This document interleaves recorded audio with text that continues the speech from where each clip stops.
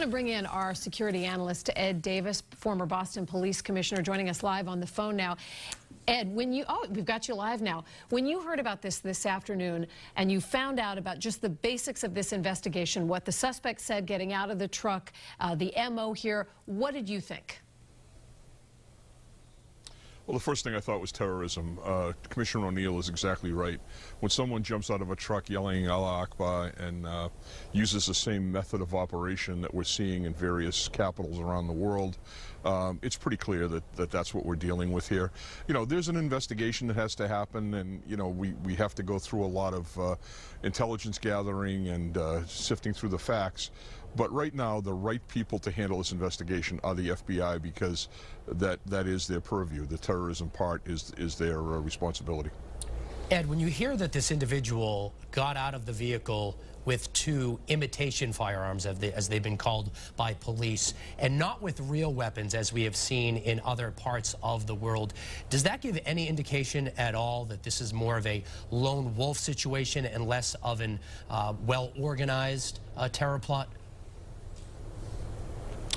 It does to me. I mean, especially since he's from the Tampa, Florida area, where it's fairly simple to go in and buy a firearm. You know, thank God he didn't have a real gun, because the attack would have been so much worse if he was shooting at people after the accident happened. So, you know, it's one of those cases where it shows his motivation and his lack of sort of sophistication in carrying out a more serious attack. But it's also indicative of what we're seeing in other countries, and it's very much within line of what ISIS is asking them to do. Kill as many people as you can with a vehicle, and then sacrifice yourself, make it a suicide attack.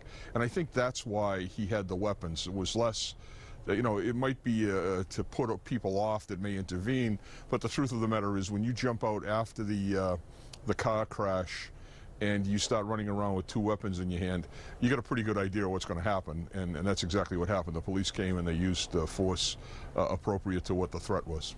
Ed, I know the police say right now they're not looking for any other suspects, but how will they determine whether he did in fact have any help in this attack? Well, it'll take days and weeks of investigation. Was there anyone that was furthering his cause? Did anyone give him money? Did anyone know of the plot and tell him how to do things and how to get away? There's a lot of investigation that has to go into this.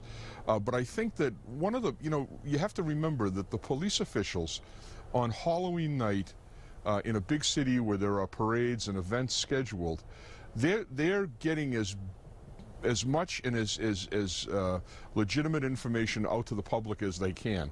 So nothing in this investigation up to this point has indicated that this is a conspiracy of many people, or that there are follow-on attacks. If that was any indication at all, we'd be hearing about that right now, and further steps would be taken. So you have this push and pull in an investigation of getting as much valid information out to the public so that they won't be afraid, but also keeping information that's suitable for the investigation and the prosecution.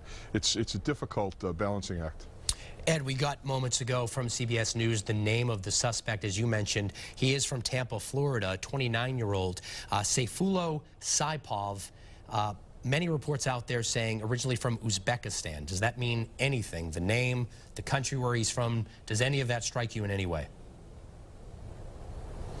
Well, again, as we dealt with here in the Marathon attack, you know, this is not a person that's coming from Northern Africa or the Middle East. It's somebody that's coming from the Caucasus, the Russian republics, and you know, this is an area where there is a problem with radical Islam, but not an area that was high on the surveillance list for our officials until the Marathon.